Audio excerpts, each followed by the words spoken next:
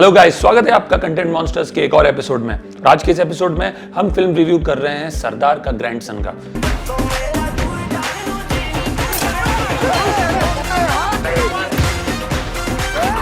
जैसे कि title suggest करता है, इसमें दो मुख्य कलाकार हैं।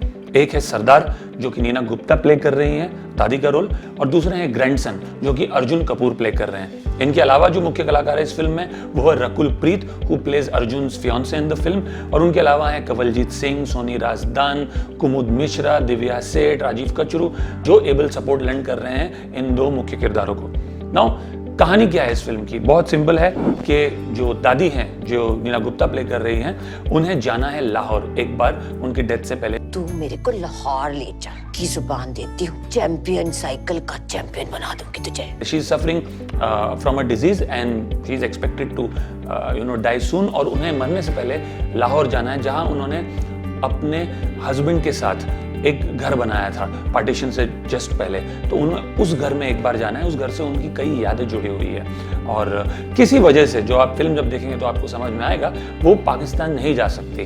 पर चूंकि अर्जुन कपूर, जो उनके ग्रैंडसन का रोल प्ले कर रहे हैं, उनको ये वीज़ा मिल सकता है क्योंकि वो अमेरिका से आए हैं, वो जा सकते हैं पाकिस्तान। तो अब अर्जुन कपूर किस तरह से अपनी दादी की इस इच्छा को पूरी करें, वो जिद करके बैठी है कि उन्हें जाना ही है लाहौर, और कैसे अर्जुन कपूर मैनेज करते हैं उनका सपना पूरा करना। अब लाहौर तो वो नहीं जा सकती, बट एक अजीबोगरीब आइडिया आता है अर्जुन कपूर को जब वो YouTube पे एक वीडियो देखते हैं कि वो लॉजिस्टिकली एक घर को उठा के दूसरी जगह ले जा सकते हैं। सरदार लाहौर के घर नहीं जा सकती, पर लाहौर का घर सरदार के पास जरूर आ सकता है। बस वहीं से इस कहानी का सार शुरू होता है, वही इस कहानी का be all and end all है। Now the film has its intention in the right place, but ये कॉन्सेप्ट जो है पैलेटेबल नहीं है कि आप एक घर उठा के कहीं से दूसरी जगह ले जा सकते हैं। नया जरूर है, ऐसा दिखाया नहीं गया किसी फिल्म में, लेकिन थोड़ा हेयर ब्रेन्ड आइडिया है, थोड़ा ऑड लगता है। Obviously this doesn't seam plausible, but nonetheless this is the basic premise of the film। और चूंकि अर्जुन कपूर एक ऐसा किरदार प्ले कर रहे हैं जो पैकर्स एंड मूवर्स की कंपनी चलाते हैं अपने फियांसे के साथ यूएस में, जिनके साथ वो झगड़ के इंडिया आए हैं, तो उनके लिए ये करना थोड़ा आसान हो जाता है। और उन्हें इस फिल्म में दिखाया गया है कि वो he is carefree, doesn't care about people's emotions, he's not as mature, but as the film progresses you realize that he's one of the most mature characters in the film। ये सारा struggle जो उनका दिखाया गया है, वो किस तरह से पाकिस्तान जाते हैं, वहाँ जो उनको कई परेशानियाँ आती हैं, वो घर को नींव से उठा के एक ट्रक में प्लेस करके हिंदुस्तान लाने में, किस तरह से उनकी गर्लफ्रेंड वहाँ पहुँच जाती है उनकी मदद करने, और एक अमेरिका से क्रू लेके आती है उनको हेल्प करने के लिए, किस तरह से उनका एक वीडियो वायरल हो जाता है जहाँ वो एक अर्जी रखते हैं पाकिस्तान के गवर्नमेंट के सामने, पाकिस्तान के लोगों के सामने, कि उन्हें अलाउ किया जाए ये करने के लिए क्योंकि उनकी दादी की आखिरी इच्छा है। और किस तरह से वो वायरल वीडियो दोनों देशों की गवर्नमेंट को प्रेशराइज कर देता है कि वो हेल्प करें उन्हें ये उनका सपना पूरा करने में। Like I said, the film has its heart in the right place, तो उसके लिए तो मैं उन्हें फुल मार्क्स दूंगा। जो किरदार है इन फिल्म में, उसमें Neena Gupta stands out and she towers above all the other cast members. उन्हें एक बढ़िया रोल भी दिया गया है और उन्होंने बखूबी इस रोल को निभाया है। हालांकि ये कहूँगा कि उनका जो गेटअप है वो थोड़ा अच्छा हो सकता था।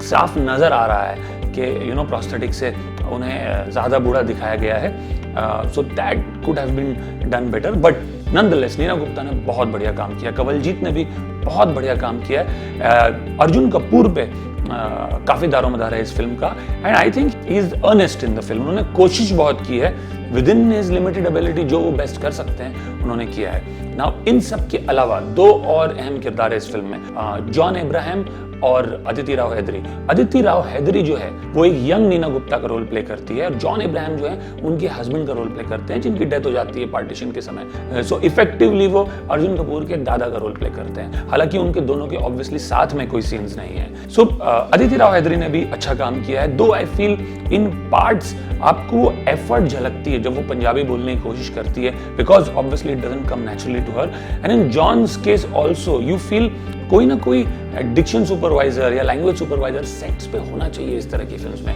क्योंकि you can clearly make out कि जॉन हिंदी बोल रहे हैं, वो पंजाबी नहीं बोल पा रहे हैं। And for a character who plays a Sardar it seems very odd. कुछ शब्द जो हैं, जैसे कि अदिति राव हैदरी घर को कार बोलती है, लेकिन जॉन इब्राहिम उनको घर ही बोलते हैं। ये कार हमारे प्यार की निशानी है गुरशेर सिंह जी। तो बहुत अटपटा सा लगता है। और जब आप इतना खर्चा कर रहे हैं एक फिल्म पे, why would you not spend that money and attention and detail and effort to get a language supervisor on set and make these actors work hard and speak the language in the correct diction, you know, in the correct tone. तो वो एक चीज खलती है इन दोनों की performance में। छोटा सा कैमियो अच्छा है, but like I said there was scope for better performance here. इसके अलावा कुमुद मिश्रा का जो रोल है वो पाकिस्तान में एक गवर्नमेंट ऑफिसर का रोल है, बहुत अच्छे से डेवलप नहीं हुआ and he is not his usual self clearly. I wish he would have been given a meatier role here. As is expected in a film of this nature, eventually सारी मुसीबतों के बाद अर्जुन कपूर वो घर को लिफ्ट करके वहाँ से ट्रक में बिठा के उसको इंडिया ले आते हैं, और उनकी दादी जो डेथ बेड पे होती है वो और 5-6 साल जी लेती है वो घर देखने के बाद। कुछ चीज़ें हैं जो स्टैंडर्ड क्लीशेज हैं इस फिल्म में, which again you know pull the film down. एक तो वो टिपिकल, अगर एक फिल्म बेस्ड है पंजाब में तो वो टिपिकल नाम जैसे पॉन्टी, लवली एट्सेट्रा, यही टिपिकल तरह के नाम, ये कैरिकेचराइजेशन जो है सिनेमा में वो खत्म होना चाहिए। आप अगर जाएंगे अमृतसर तो आपको हर एक का नाम, हर एक का लहजा इस तरह से नहीं होगा जैसे इस फिल्म में दिखाया गया है। वही टिपिकल खोते दा पुत्र और इथोआ, मतलब आपको सटल नुआंसेस लैंग्वेज के पकड़ने चाहिए, वो नहीं पकड़ पाती है, कैरिकेचराइज कर देते हैं एक रीजन और वहाँ के लोगों को और उनके बोलने के ढंग को। तो वो I think again pulls the film down a bit. Like I said, idea थोड़ा हेयर ब्रेंड है कि आप एक घर को उठा के कहीं से ले आएं, और अगर आपका पूरा फिल्म इसी आइडिया पे डिपेंडेंट है तो it would have been good अगर इस पे थोड़ा ज्यादा वक्त दिया गया होता। ये जो पूरा प्रोसेस है थोड़ा हरीड लगता है, and given that film 140 minutes की है, I think there could have been a lot more focus, a lot more emphasis on this part of the exercise, क्योंकि यही तो फिल्म बनने का कारण है कि आपको घर वहां से उठा के यहाँ ला रहे हैं। तो वो थोड़ा पार्ट हरीड लगा, और जो रोमांटिक ट्रैक है उस पर इनिशियली बहुत टाइम वेस्ट कर दिया गया है, तो वो एक डेफिनेटली भटक जाते हैं कहानी से ये फिल्म में डायरेक्टर। गाने को खास नहीं है, nothing that you know remains etched in memory. Rakul Preet comes and goes, again role उनका उतना स्ट्रॉन्ग नहीं है। So these are some of the things that could have been better according to us, but like I said, the film has its heart in the right place, and so I would give it a rating of 4.5 out of 10. Now clearly it's better than a Radhe or you know such commercial pot boilers that have released on OTT platforms in the recent past, but then that doesn't say too much given that I still have to compare it with a film like Radhe. It's trying to be a modern day Bajrangi Bhaijaan, you know, एक घर उठा के अर्जुन कपूर पाकिस्तान से India लेके आ रहे हैं। Also कहीं ना कहीं ये बड़ा सेंसिटिव टॉपिक है, जो लोगों को घर पाकिस्तान में अपना छोड़ के आना पड़ा इंडिया उस वक्त। आई थिंक क्या बीती होगी उन लोगों पे, किस तरह के स्कार्स रह जाते हैं उनके मन में, उस पार्ट को भी थोड़ा ज़्यादा डेल्व किया जा सकता था। That sensitivity, you know, the scar that were left on such people, उसके इम्प्रिंट का क्या आउटकम रहा, क्या हशर हुआ उनका, वो थोड़ा सा और उस पर डेप्थ में डील किया जा सकता था, उस पर एम्फोसिस किया जा सकता था। तो वो भी एक कमी है, but like I said, I'd still give the film a 4.5 on 10.